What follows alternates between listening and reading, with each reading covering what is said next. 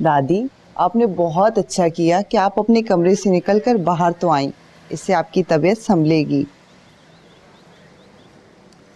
हाय नज़ीरा, तौफीक की अचानक मौत ने दिल पे ऐसा घाव लगाया है कि किसी पल चैन नहीं आता।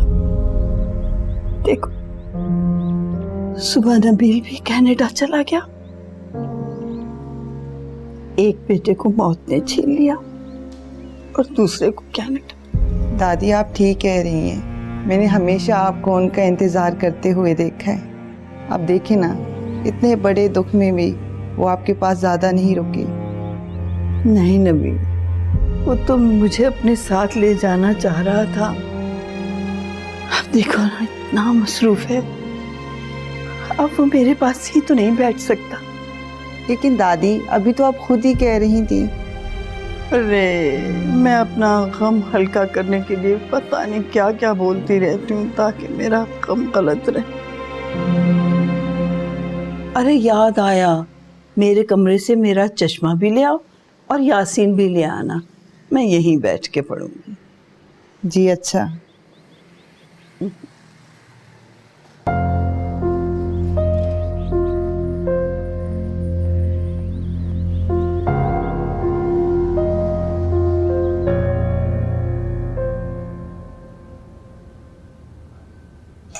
आओ बेटा, अब हाथ कैसा है तुम्हारा?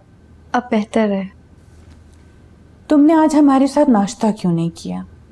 अगर मैं तुम्हें अभी भी ना बुलवाती तो तुम इस कमरे में बंद रहती। आंटी, बस मुझे भूख नहीं लग रही थी। देखो शिजा, तुम इस घर की बहू हो, तुम्हें नाश्ते के वक्त सबके साथ टेबल पे होना चाहिए।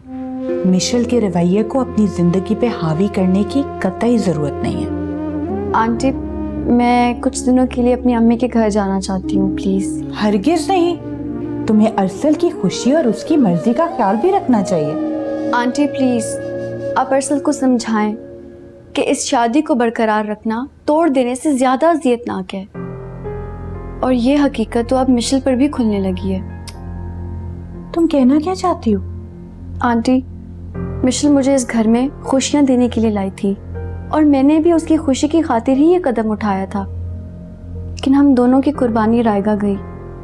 और क्या मैं पूछ सकती हूँ, इस कहानी में मेरा अरसल कहाँ है? आंटी, मैं अरसल से शर्मिंदा हूँ, लेकिन यकीन माने मैं उनके जहनी सुकून के लिए ज़हनी सुकून के बारे में तो तुम लोगों ने कभी सोचा ही नहीं। तुम्हारी सारी फिक्रें ना सिर्फ मिशेल के लिए तो रह गई हैं। अरसल के एहसासात, उसके जज्बात की तुमने कब कभी परवाह की है? ये शादी तुम्हारे और मिशेल के लिए जरूर एक खेल रही होगी, लेकिन मैं हरगिज इजाजत नहीं दूंगी कि तुम अरसल के दिल को एक खिलौने की तरह खेलो और फिर उसे तोड़ के यहाँ से चली जाओ।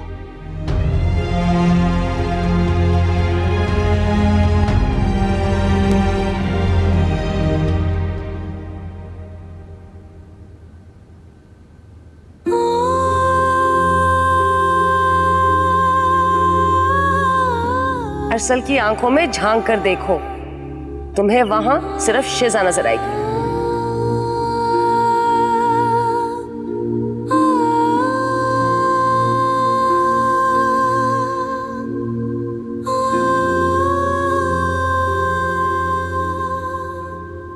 तुमसे मिलने के लिए क्या सा ड्रामा करना पड़ रहा है? राहिला निम्रा तो तुम्हारा नाम भी नहीं सुनना चाहती। अच्छा, पासपोर्ट दीजिए, जल्दी कीजिए, इससे पहले कि नज़ीरा आ जाए। हाँ बेटा, ये लो।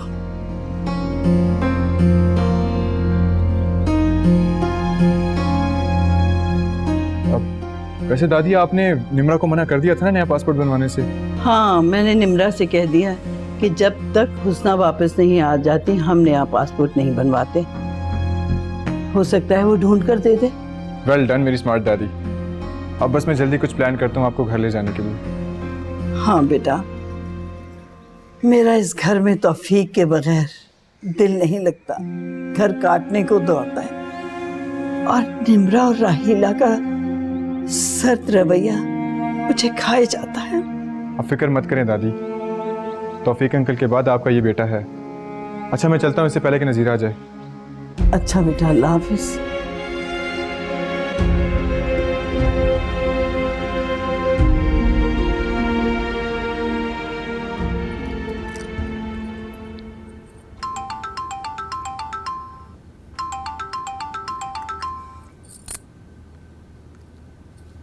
हेलो मिशेल, कहाँ थी भाई?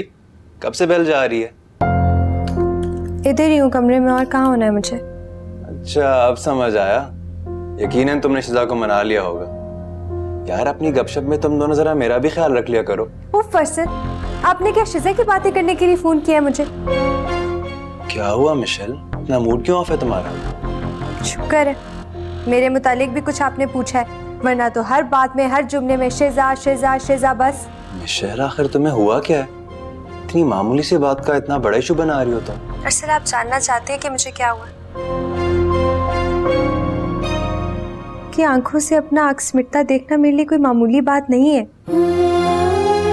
आपके दिल से निकलता खुद को देखना मेरे लिए मौत से ज्यादा अज़ियतनाक है। क्यों नहीं समझ रहे आप? क्यों कर रहे हैं ये सब? नहीं मिशेल, ऐसा कुछ नहीं।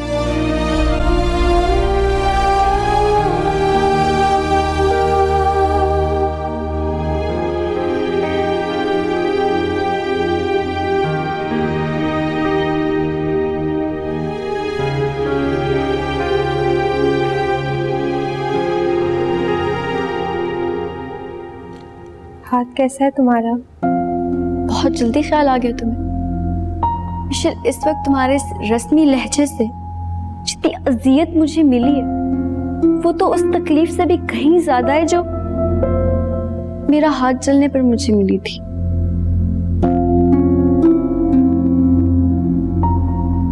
सॉरी शिजा।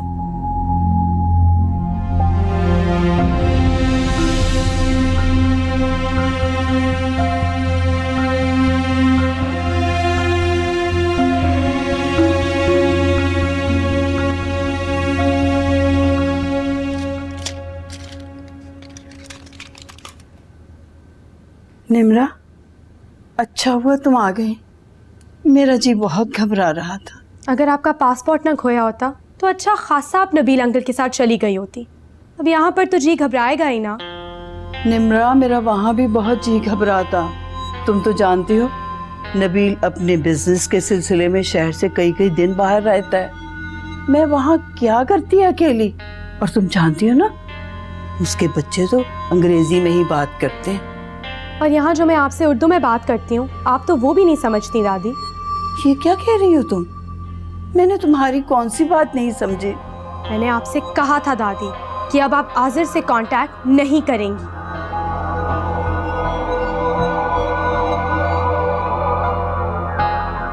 ये देखें कितनी कॉल्स कर चुकी हैं आप। अब इनको तो नहीं जुटला सकती ना? बेटा, वो मेरी खैरियत मालूम करने के लिए बस मुझे फोन कर लेता है। ये फोन अब मेरे पास रहेगा, देखती हूँ कैसे कांटेक्ट करता है वो आपको। निम्रा, मैं तुम्हारे हुक्म की पाबंद नहीं हूँ। अगर आजिर से तुम निभा नहीं कर सकी तो ये तुम्हारा जाती मसला है, इससे मेरा कुछ लेना देना नहीं है। मैं तो उससे जरूर मिलूंगी और फोन पर बात भी करूंगी। लाओ मेरा फोन। आजिर ने जीते जी मेरे डैडी को मुझसे छीन लिया। अब मैं उससे इस घर से कोई खुशी नहीं हासिल करने दूंगी। और हाँ दादी, एक और बात सुन ले, मैंने हुस्ना को जॉब से फारिग कर दिया है। वो सही मायनों में आजिर की जासूस है। तुम ऐसे कैसे कर सकती हो? निम्रा, तुम होश में तो हो? आप फिक्र ना करें, आपका ख्याल रखने के लिए किसी और का इंतजाम कर दिया जाएगा।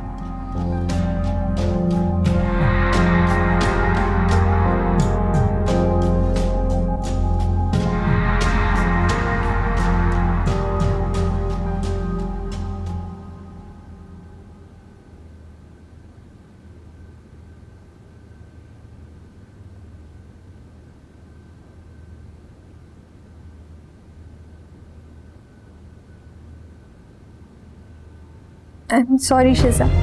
बार बार सॉरी, हर बार सॉरी। तुम्हारा हर सॉरी मेरे दिल पर नेज़े की तरह उतरता है। तुम मुझे एक ही दफा क्यों नहीं मार देती?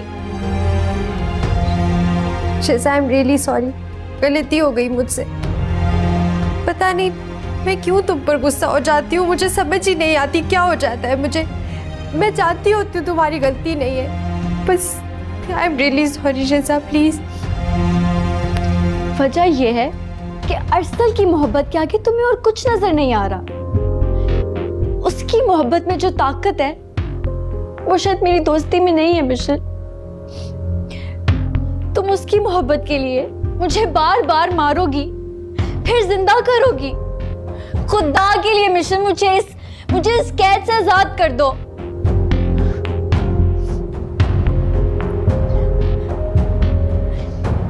शिजा सॉरी, प्लीज मुझे माफ कर दो, आइंदा नहीं करूंगी। प्लीज मत रो, प्लीज मुझे तो फिर ऐसे नहीं देखा जाता, प्लीज।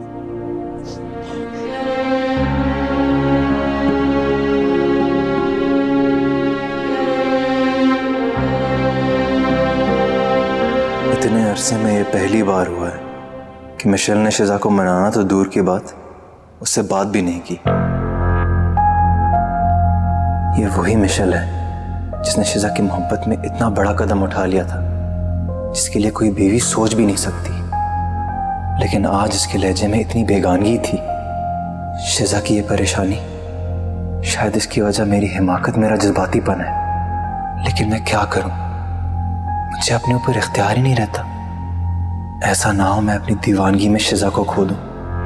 मुझे जज्बात से नहीं, मसलियत से काम लेना होगा। शिजा कितना तन्हा महसूस कर रही होगी अपने आप को। मुझे उससे बात करनी चाहिए। कम से कम फोन पे तो मैं उससे अपनी दिल की बात कर सकता हूँ।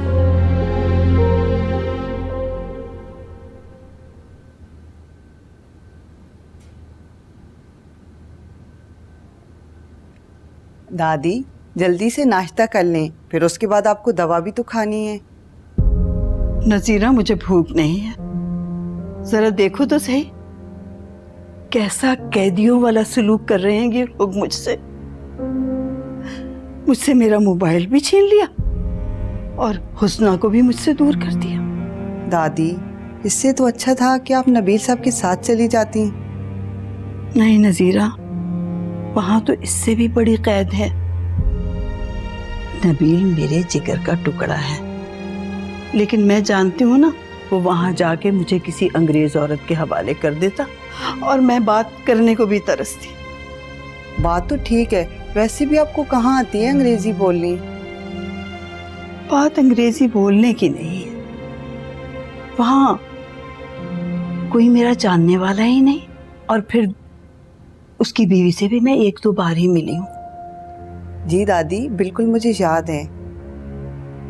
नजीरा, तुम मेरा एक काम कर सकती हो, तुम आज़र और हुस्ना से मिलो और उन्हें बताओ कि निम्रा ने मेरा मोबाइल छीन लिया और मैं उनसे राब्ता नहीं कर सकती।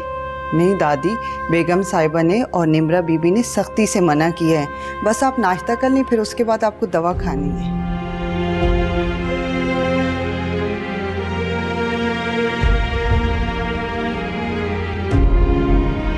चलो बस बहुत हो गया रोना धोना, इससे ज्यादा मैं नहीं रो सकती। जो हो गया सो गया। अब तुम उठो, फ्रेश हो जाओ, फिर तुम्हारे फेवरेट रेस्टोरेंट लेके जाती हूँ तुम्हें कॉफी पिलवाने। उठो। मिशेल, मेरा बिल्कुल दिल नहीं है, मैं तुम्हारे लिए यही कॉफी बना देती हूँ। हरगिज नहीं, हम इसी वक्त बाहर जाएंगे। चलो उठो, उठो ना शिजा, जाओ फ्रेश हो जाओ।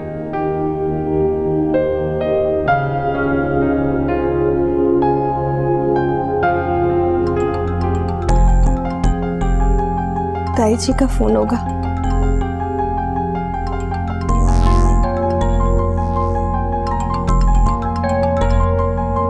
अरसद का फोन शिजा के मोबाइल पे।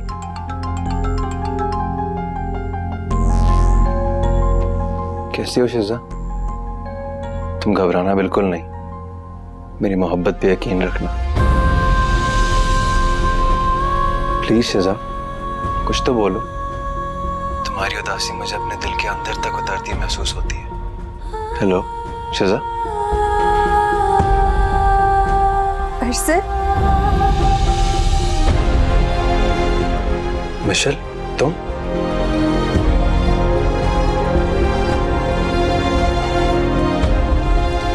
शिजा वॉशरूम में, मैं आपका मैसेज उसे दे दूंगी। बाबा सही कहती है अरसद, आपके प्यार के बस 2 बोल मेरी अक्ल को मफलूज कर देते हैं। पागल हूं मैं, तभी पागल बन जाती हूँ। देखो मिशेल, मुझे मम्मी ने कहा था कि शिजा बहुत डिप्रेस्ड है और मुझे। बस अरसद चुप कर सकता मुझे अब आपका कोई भी झूठ।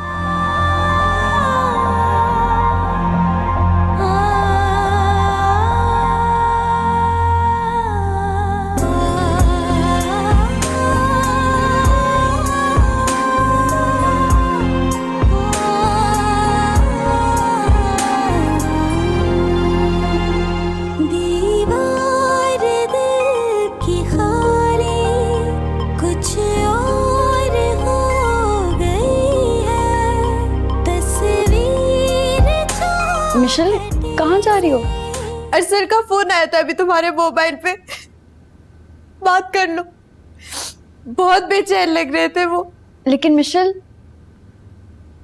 मैं मामा की तरफ जा रही हूँ, उनकी तबीयत कुछ ठीक नहीं है।